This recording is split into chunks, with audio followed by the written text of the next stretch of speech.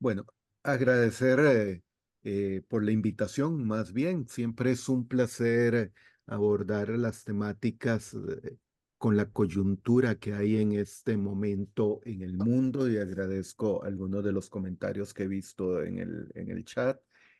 Es una coyuntura muy particular, en donde es difícil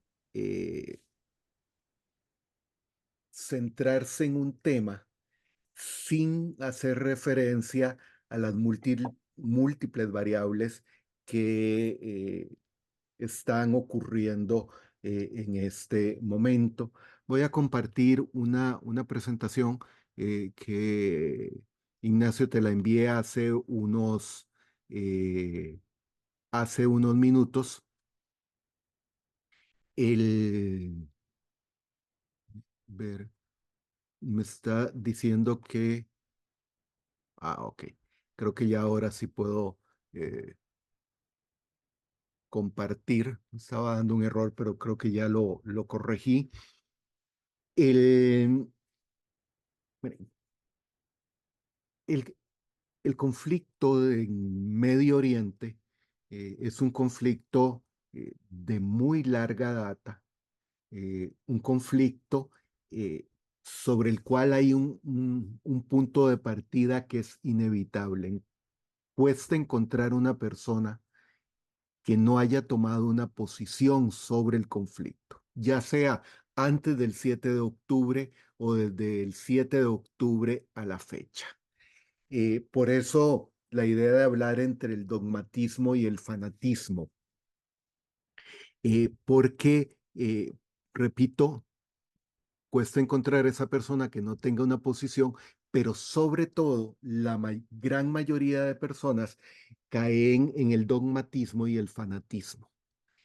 Esto se complica más por las dinámicas geopolíticas eh, y humanas que hay en este momento alrededor del mundo. Primero, ¿a qué me refiero con ese dogmatismo y fanatismo, al cual hay que agregarle un tercer elemento que es importante, que es la ignorancia? O sea, si bien estamos bombardeados minuto a minuto por informaciones sobre lo que está ocurriendo en Gaza, lo que está ocurriendo en el Medio Oriente.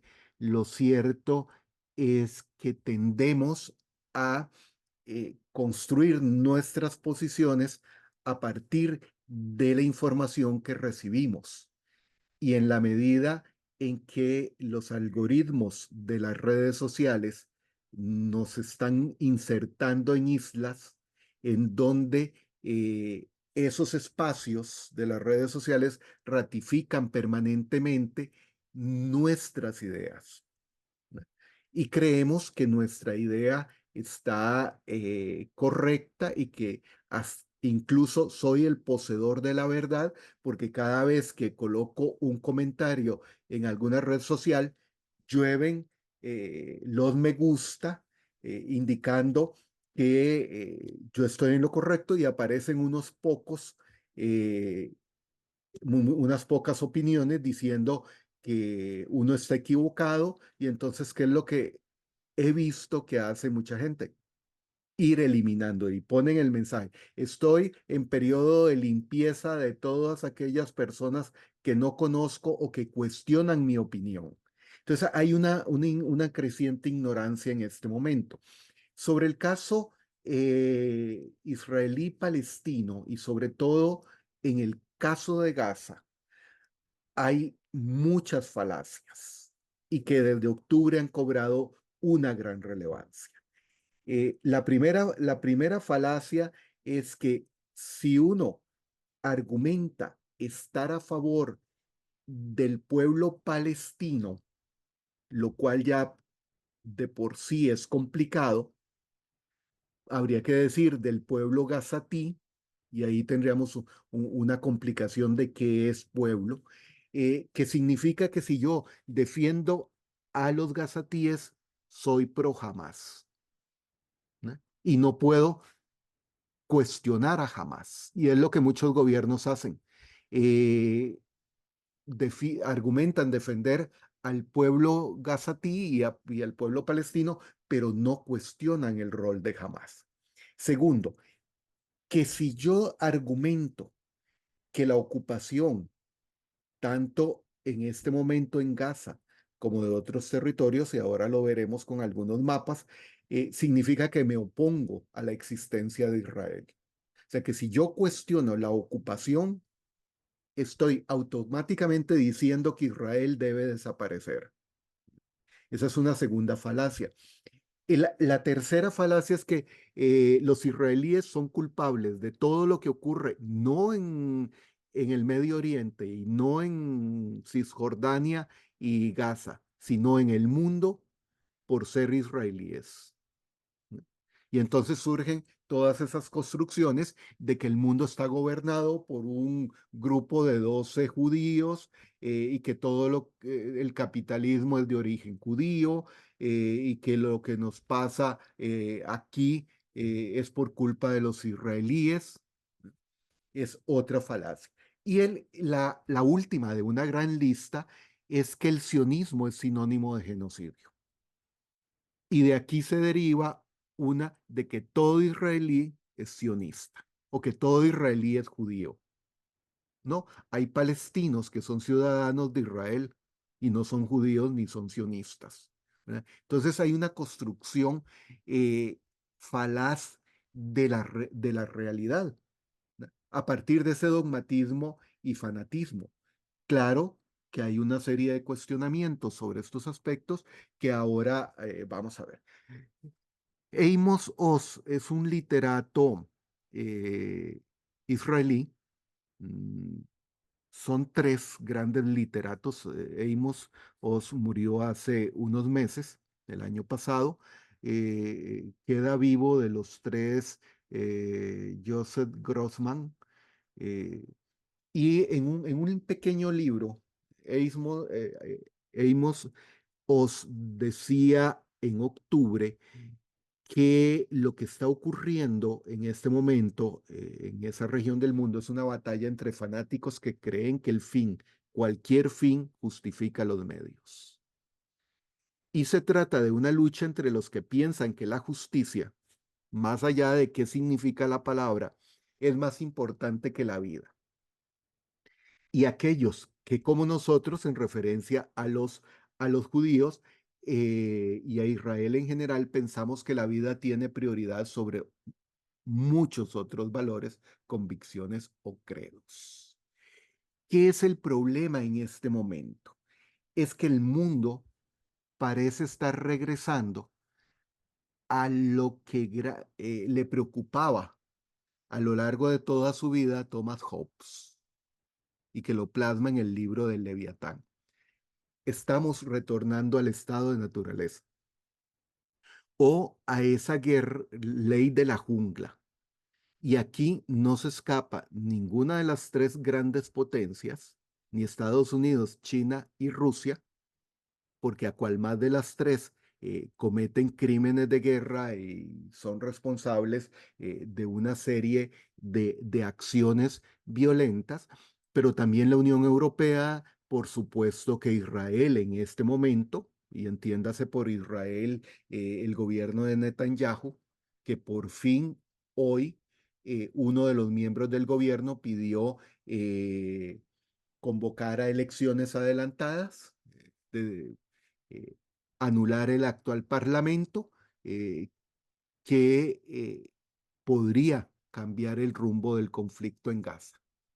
Pero eso lo veré más adelante. O sea, estamos ante un mundo en donde volvamos a ver hacia cualquier lado, el Estado ha estado perdiendo credibilidad, legitimidad y capacidad de protegernos y estamos volviendo al estado de naturaleza que, reitero, Hobbes tenía grandes preocupaciones.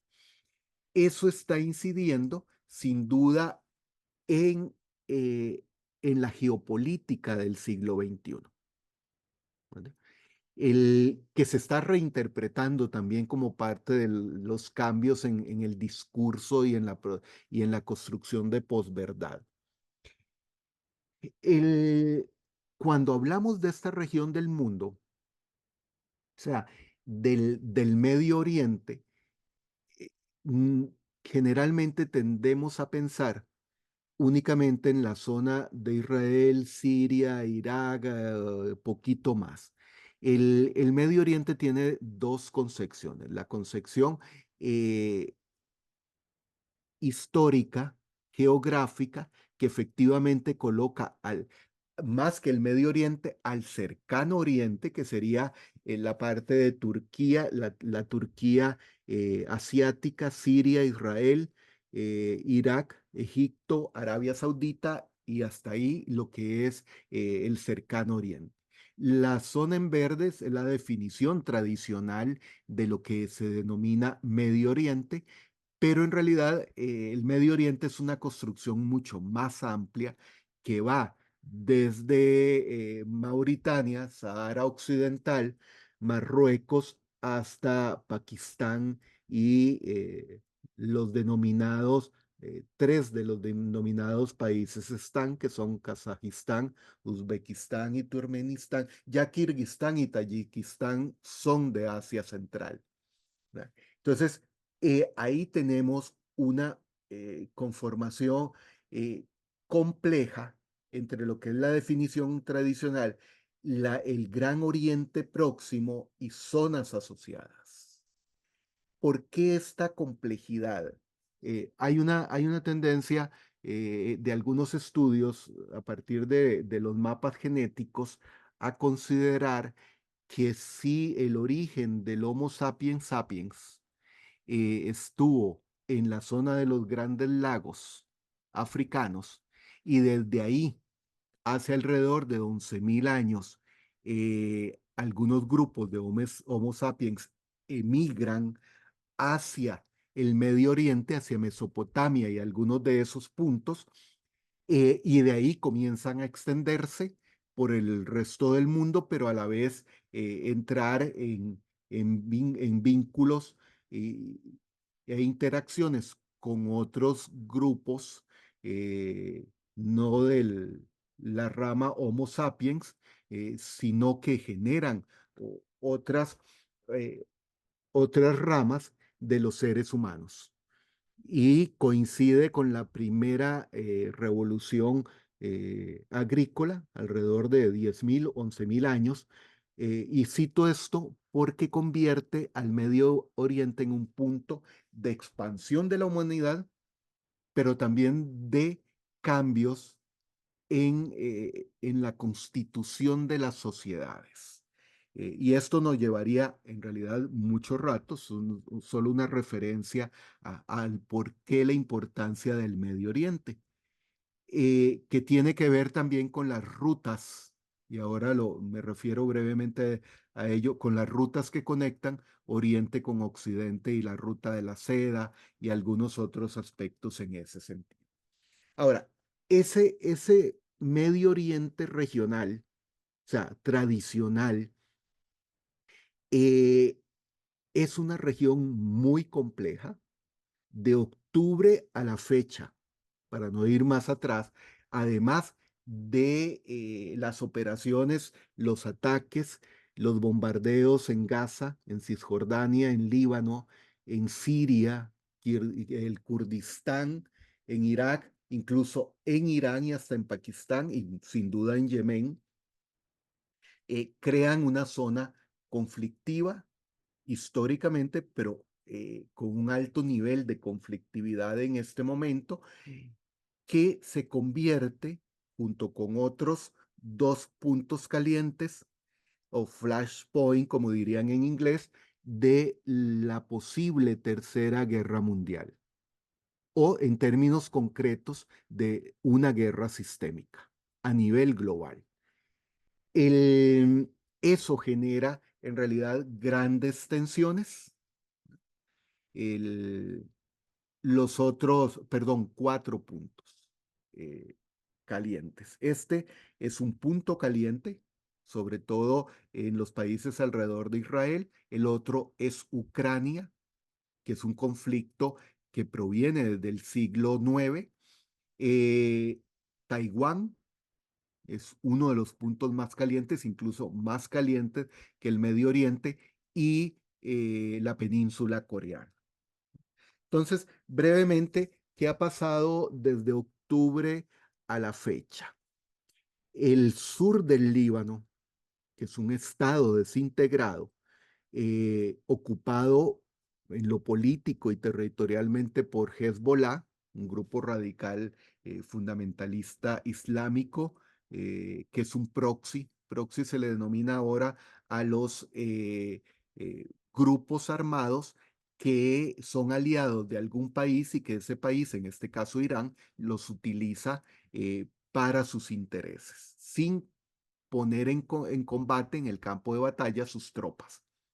El Líbano tiene años de estar ocupado por Hezbollah, que es prácticamente un ejército mucho más poderoso que el ejército de algunos estados alrededor del mundo, pero sigue siendo un proxy o un grupo fundamentalista radical, en este caso islámico. Y ha habido bombardeos mutuos entre Israel y Hezbollah en el sur del Líbano.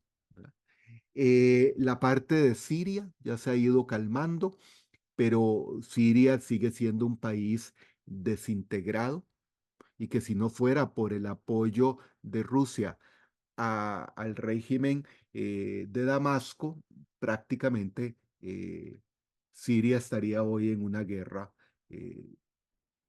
no civil, como se decía en el pasado, sino entre grupos armados. De ahí agregamos el caso de Irak. Irak desde el 2001 es un estado que no ha dejado de estar en conflicto. Yemen, una zona bajo control Houthi y una zona bajo el control de un gobierno totalmente debilitado. La parte de Irán, sobre todo después de la muerte hace un par de semanas del presidente eh, iraní, mm, que todavía está siendo investigado si fue un ataque, un atentado o fue un accidente. Ese es el escenario regional y aquí nos llevaría mucho rato hablar de cada uno de esos escenarios regionales. Pero centrémonos en el caso de Israel-Palestina, en el conflicto israelí-palestino. Hace alrededor de 11.000 años, y por eso aludía a esa gran eh, emigración desde los grandes lagos africanos, aparecen los primeros asentamientos, sobre todo en Jericó, y de ahí se desplazan hacia Fenicia y Filistea, y eso es un punto importante porque, a diferencia de lo que argumentan algunos autores israelíes y sobre todo algunos autores palestinos, que indican que desde hace más de 10.000 años existe Palestina o existe Israel, no es cierto. En realidad, hay toda una construcción muy difícil de seguirle el rastro y muy difícil de seguirle el rastro porque la mayoría de la información que se utiliza para eh, documentar la historia proviene de los libros sagrados, de la Torá, que se convierte en buena medida en el Antiguo Testamento cristiano, eh, y luego en la Biblia, y posteriormente, 6 siglos después, del Corán, que es prácticamente la reescritura de la Torá. Así que cuando uno comienza a revisar un poco la historia de esta región, termina siendo remitido a los libros sagrados y eso complica las cosas. El otro asunto son las famosas 12 tribus de, que los israelíes dicen que son las 12 tribus de Israel, ¿no? O sea, la división de las 12 tribus. Y ya ahí, además de Jericó, la existencia de Jerusalén. Y tengan en cuenta que de las 12 tribus de Israel, yo siempre lo pongo en términos un poco jocosos, que es que Abraham hizo un desastre y tiene hijos por todo lado y genera las 12 tribus de Israel y aquí complica el panorama.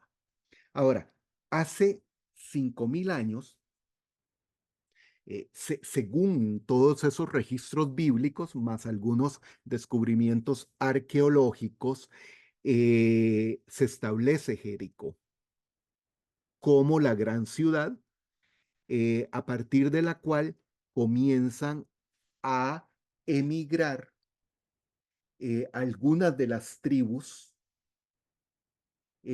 sobre todo a lo que es Samaria, Judea, Galilea, y vean que hablando de hace 5.000 años no aparecía ni Israel ni Palestina por ningún lado.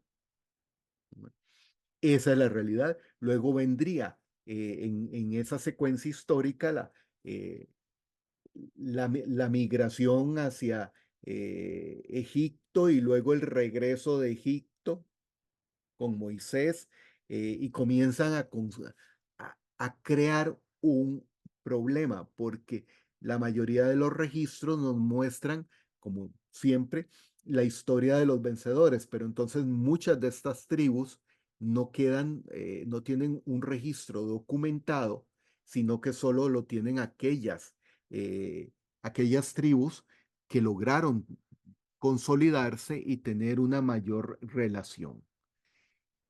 Luego aparece lo que se comienza a denominar, después de alrededor de unos 3.000, 5.000 años, 4.000 años atrás, ya el reino de Judá, que tiene como capital a Jerusalén, y persiste Jericó como la parte del reino de Israel, y ahí aparece registros de lo que fue el reino de Israel, que era una región muy pequeña, ¿verdad? Más la parte de Samaria que otra parte, y aparecen una serie de reinos, ¿verdad? Pero todavía no aparece la denominación de Palestina, que es un concepto acuñado por los romanos.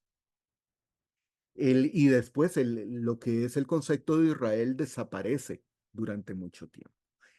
Pero hacia el siglo sexto antes de Cristo aparece el imperio persa en su mayor evolución, que alcanza hasta Macedonia, Egipto y otros, eh, y comienza a cambiar mucho de la historia de esa región. ¿Y por qué hasta 1979? Porque el Shah de Irán, derrocado en 1979, para dar paso a la República Islámica de Irán, se consideraba el heredero del imperio persa. Y esto es importante porque desde la construcción de la identidad persa, Israel no existe. Y por eso se habla de la Gran Siria. Siempre Jerusalén sigue ahí presente. Damasco, como el punto de referencia en el mar Mediterráneo oriental, pero de ahí viene el origen de que para Irán, Israel debe desaparecer porque Israel no existe en la lógica del imperio persa. El- Luego viene el imperio romano en Medio Oriente, eh, que en algún momento, según los registros bíblicos, hace poco más de 2.000 años, es cuando los gobernadores romanos comienzan a hablar de Palestina y comienzan a hablar de Israel y el pueblo elegido de Dios, y toda esa construcción, que agrega una serie de elementos importantes. Hacia el siglo XII ya aparece la denominación del Reino de Jerusalén con una serie de feudos que incluía a lo que hoy es el Líbano, e incluía lo que hoy es Jordania o Transjordania, ¿verdad? Y con la capital en Jerusalén y ya presentes las tres grandes religiones monoteístas en Jerusalén. ¿No? Entonces va agregando otros elementos más complejos. Posteriormente aparece el Imperio Otomano, ¿no? En donde viene una historia eh, compleja y de ahí la lucha de hoy entre Turquía como heredero el Imperio Otomano e Irán, perdón, como heredero del Imperio Persa. Y en términos de la geopolítica regional, son dos potencias regionales que aspiran a ser hegemones regionales y controlar el Medio Oriente y un poco la parte de lo que hoy son los países de Europa Oriental, Bulgaria, Rumania y algunos otros. El, Hacia el siglo XIX ya aparece, bueno, desde el siglo XVIII, ya aparece el Imperio Británico que toma el control de Chipre en 1878, de Egipto en 1882, eh, y posteriormente toma el control de lo que eran la parte del Imperio Otomano en el cercano Oriente, eh, y se consolida esta ocupación británica del siglo XIX con el mandato, lo que se conoce como el mandato británico. O sea, en 1917 aparece la Declaración de Balfour, en donde esta declaración dice que hay que apoyar el establecimiento de un hogar para el pueblo judío en la región de Palestina. Entonces, en algunos textos oficiales internacionales reconocidos comienza a aparecer el concepto ya de Palestina no como un país, sino como una región, ¿verdad? Pero sin perjudicar los derechos civiles y religiosos de los pueblos no judíos existentes. En 1919, la Sociedad de Naciones emite lo que se denomina el mandato británico, que es lo que aparece en ambos mapas, que integra lo que se supone que era la región de Palestina y la región de Transjordania, que posteriormente se convierte en Jordania, y parte de lo que hoy es Siria, Irak y Arabia Saudita. El, Muchos de los problemas territoriales de hoy el- están fundamentados en la forma en que el Imperio Británico manejó ese mandato británico que termina en 1947. O sea, a lo largo de toda la Segunda Guerra Mundial, esa región del mundo fue territorio oficialmente bajo el control británico. Demos otro salto. En 1947 desaparece el mandato británico, y viene la resolución 181 de la Asamblea General de Naciones Unidas, que establece en lo que ya se denominaba Palestina dos estados independientes. Y la resolución de Naciones Unidas de la 181 divide en la zona amarilla, eh, que le asigna a Palestina, y la zona, permítanme, yo los colores son muy malos, de ese anaranjado, a el Estado judío, que al año siguiente se convierte en el Estado de Israel y deja a Jerusalén como un territorio administrado por Naciones Unidas. El, en principio, el asunto parecía, en realidad, avanzar de manera significativa y poner fin al conflicto israelí-palestino. Ahora, ¿qué es lo que sucede? Antes de 1946, lo que aparece en verde estaba bajo control palestino. Lo que pasa es que nunca estuvo muy claro qué era control palestino. Y estaba en ese otro color control de Israel, no existiendo como Estado antes de 1946. Viene la partición de 1947 de la Resolución de Naciones Unidas, pero como ustedes ven, crea en realidad una relación eh, territorial administrativa muy compleja, porque ni Israel tiene conectado todas sus partes, ni Palestina tiene conectadas todas sus partes. O sea, era como que uno vive en una casa, hay dos familias en esa casa, y para ir al baño, yo tengo que pasar por el territorio de la otra familia. Y a la otra la familia le incomoda. Entonces, como le incomoda, como ellos para ir a la cocina tienen que pasar por mi territorio de la casa, yo les bloqueo el territorio.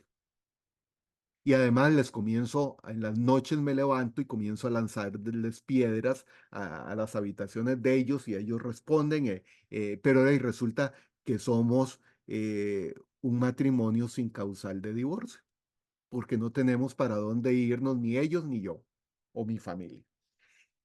Luego viene, a partir de 1949 y hasta 1967, viene toda la expansión de Israel, que no es la ocupación de lo que hoy se conoce la ocupación y colonización de israelíes en territorio de Palestina, es la expansión territorial por conflictos armados, y va reduciéndose el territorio de Palestina a, a hoy a ser en realidad, no nos refiramos a la parte antes de 1949, sino a partir de 1947, más o menos el territorio estaba dividido entre un 60% para Israel y un 40% para Palestina.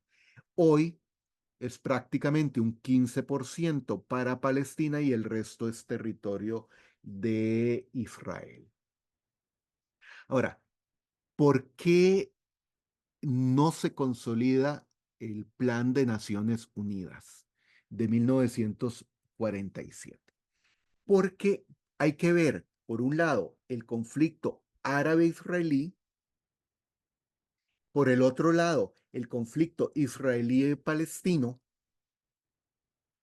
el tercero es el israelí-iraní, que no son árabes, son persas, y hay un conflicto que no se reconoce oficialmente, que es el conflicto árabe-palestino.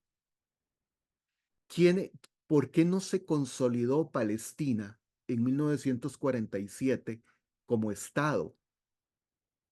Porque los árabes no le permitieron a Palestina constituirse en un Estado, como si Occidente respaldó la constitución del Estado de Israel.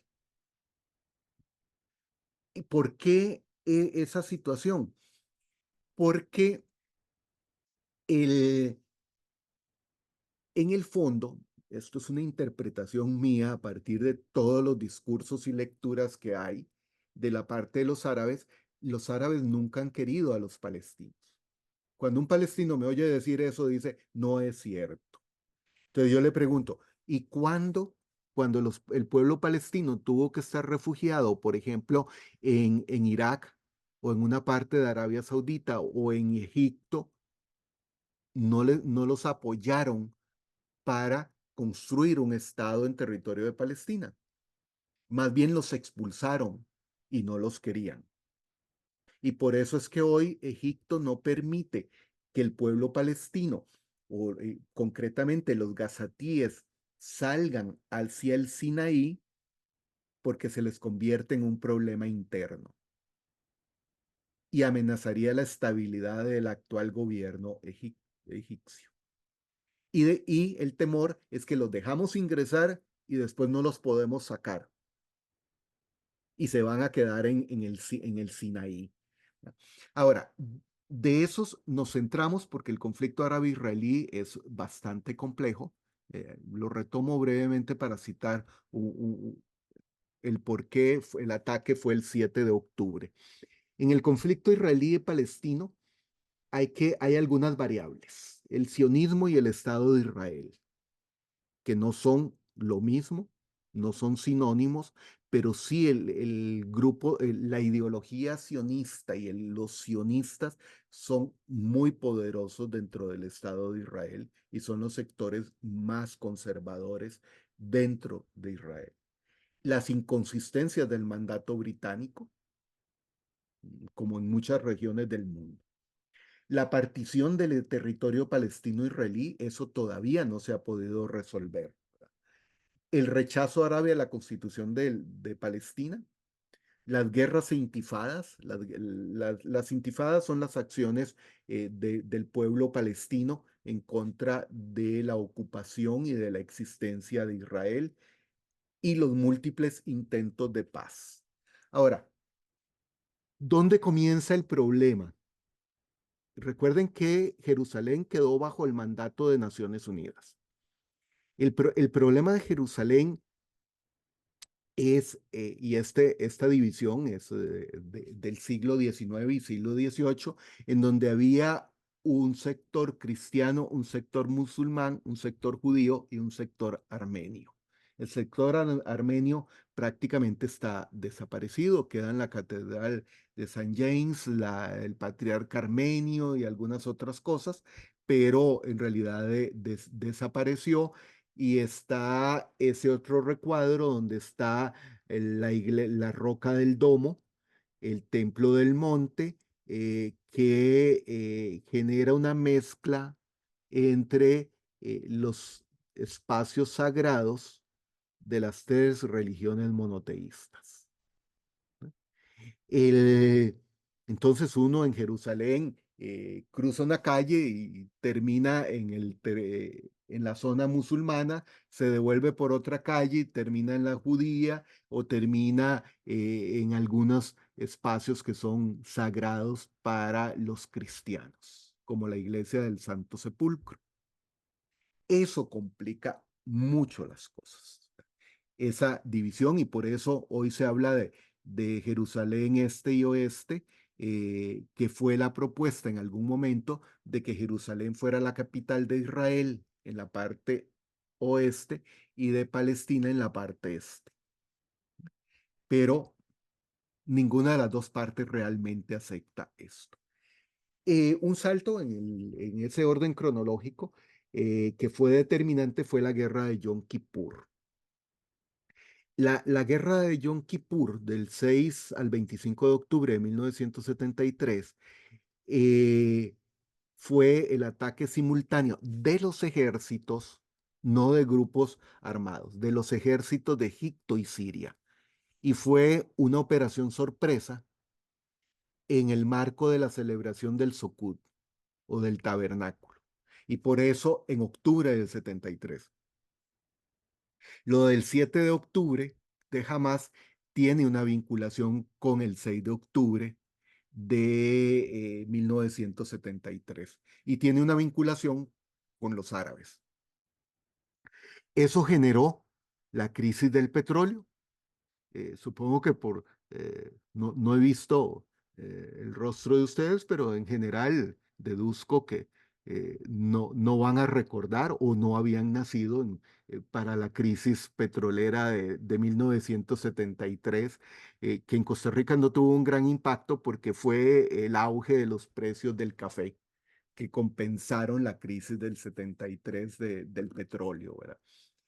Eh, Israel estuvo a punto de desaparecer en ese mes de octubre de 1973 ante el avance de Egipto y de Siria. En algún momento hay una reversión del asunto el- con el apoyo, sobre todo militar, de Estados Unidos y de algunos países europeos, e Israel termina ocupando la península del Sinaí y la controla por muchos años. En esa cronología hay tres hechos. Uno anterior al 73, que es la Guerra de los 6 días, cuando la gana Israel y ocupa la mayor parte del territorio de Palestina.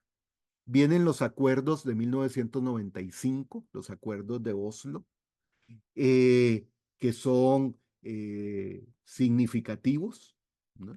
Bajo la tutela de Bill Clinton, pero de inmediato se torpedea tanto en el mundo árabe como a lo interno de Israel, se torpedea los acuerdos de Oslo con el asesinato de Yitzhak Rabin por sectores ultraconservadores israelíes. Y eso debilita la implementación de los acuerdos de Oslo. ¿Qué era lo que planteaban los acuerdos de Oslo? Que hubieran sido en realidad una solución a lo que estamos viviendo hoy. Era el crear una serie de zonas, 3 zonas, en donde se restablecía un poco algunas de las zonas antes de 1967, no en su totalidad, y se garantizaba, perdón, la conexión terrestre de Gaza y Cisjordania. No uniendo territorialmente, sino con una carretera o algún medio que pudiera movilizarse de un lado a otro. Ok, por razones de tiempo, saltemos al 7 de octubre. Eh, yo ya les dije una de las razones de por qué el 7 de octubre, del ataque de Hamas. En el 73 había sido por el Sukkot, la celebración del tabernáculo. Esta vez también había en esa semana del 7 de octubre del año pasado una celebración del tabernáculo, pero sobre todo había un descuido de los sistemas de seguridad y de inteligencia en Israel y la semana del Shabbat, más las festividades de jóvenes y un problema interno de disputas en Israel. Pero sobre todo, había, y se me olvidó colocarla, hubo una foto del 6 de octubre que desencadenó que los ataques de Hamas fueran el 7 de octubre.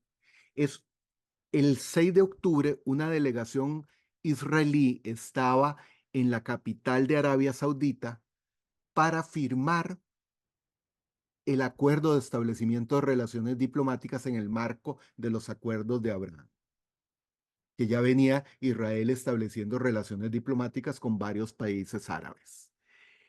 En la mañana del 6 de octubre, el rabino que acompaña a la delegación israelí celebra un acto religioso en su hotel.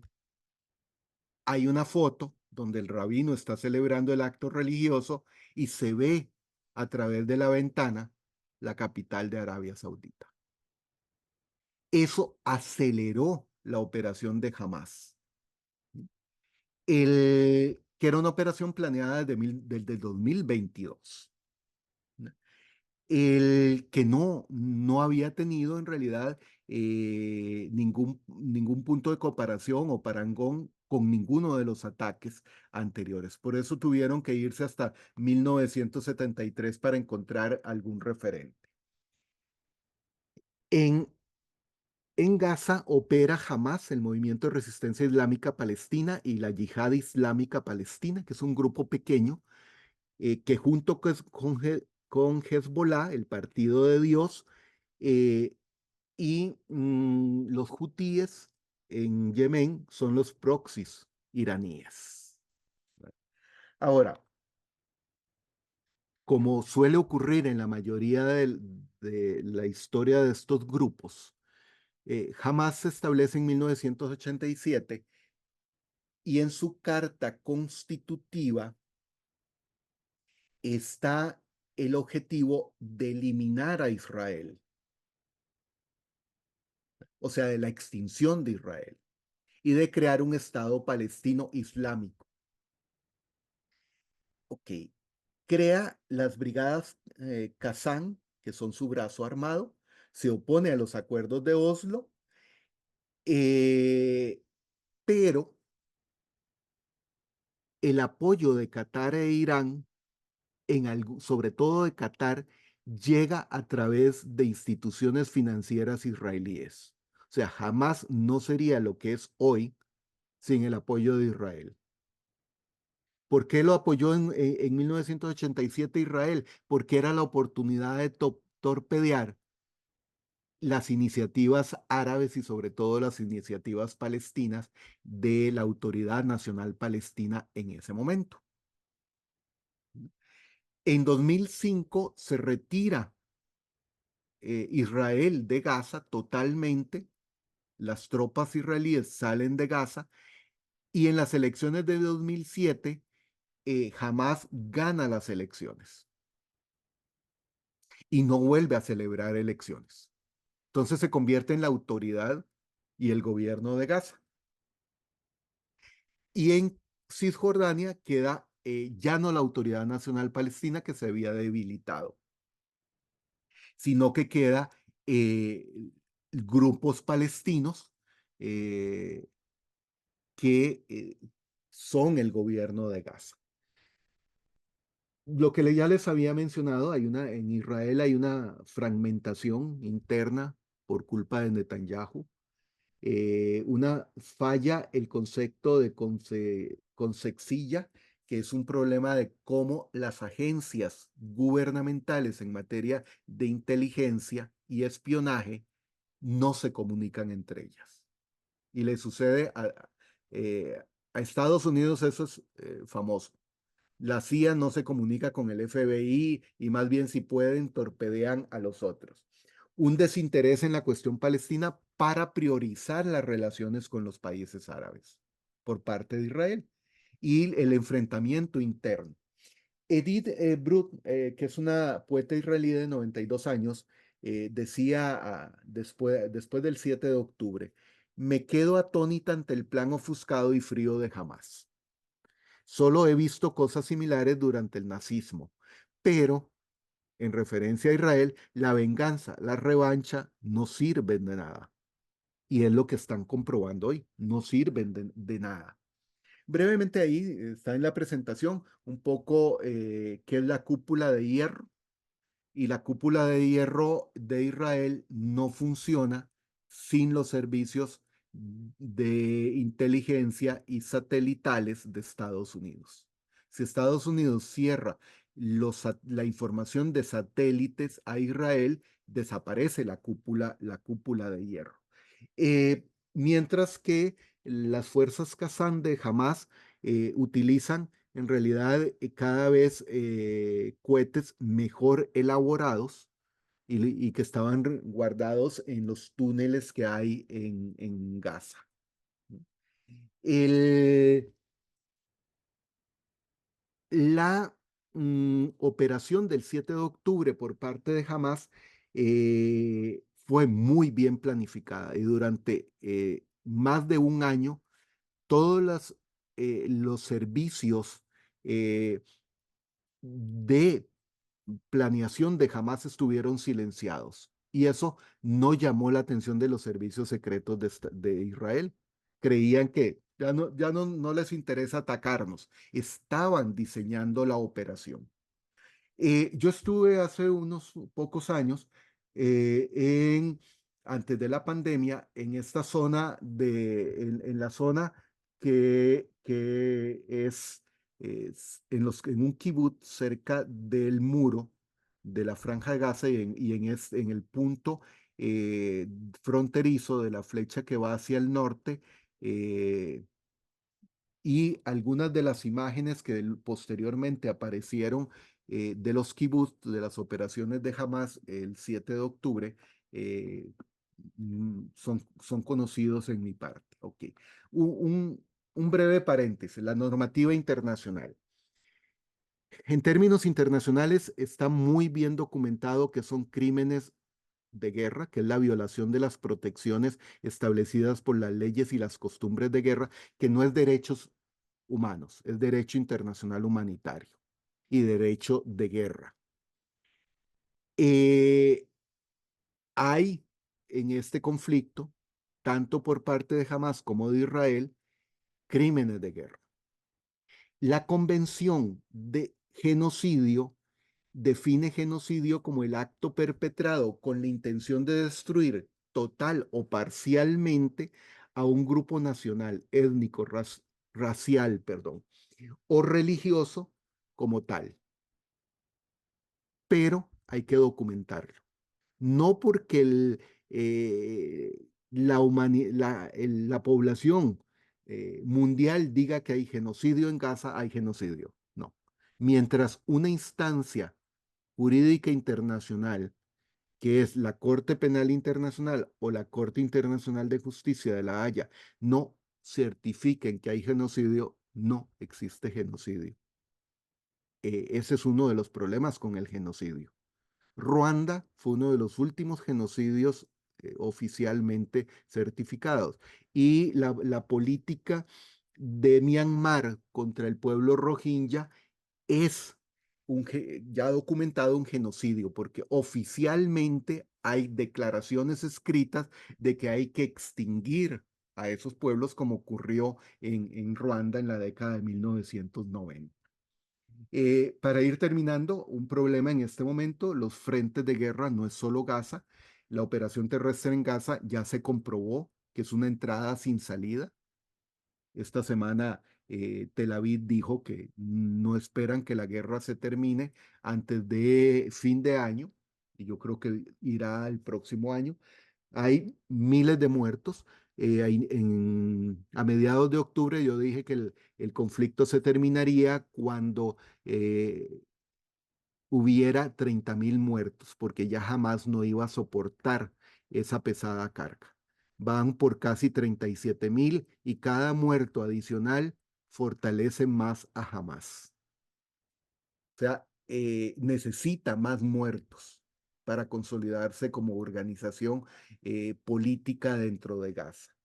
Están los ataques en el Líbano, el problema de la desinformación más que información, incorporación de otros países, que es una variable siempre, el rol de Irán.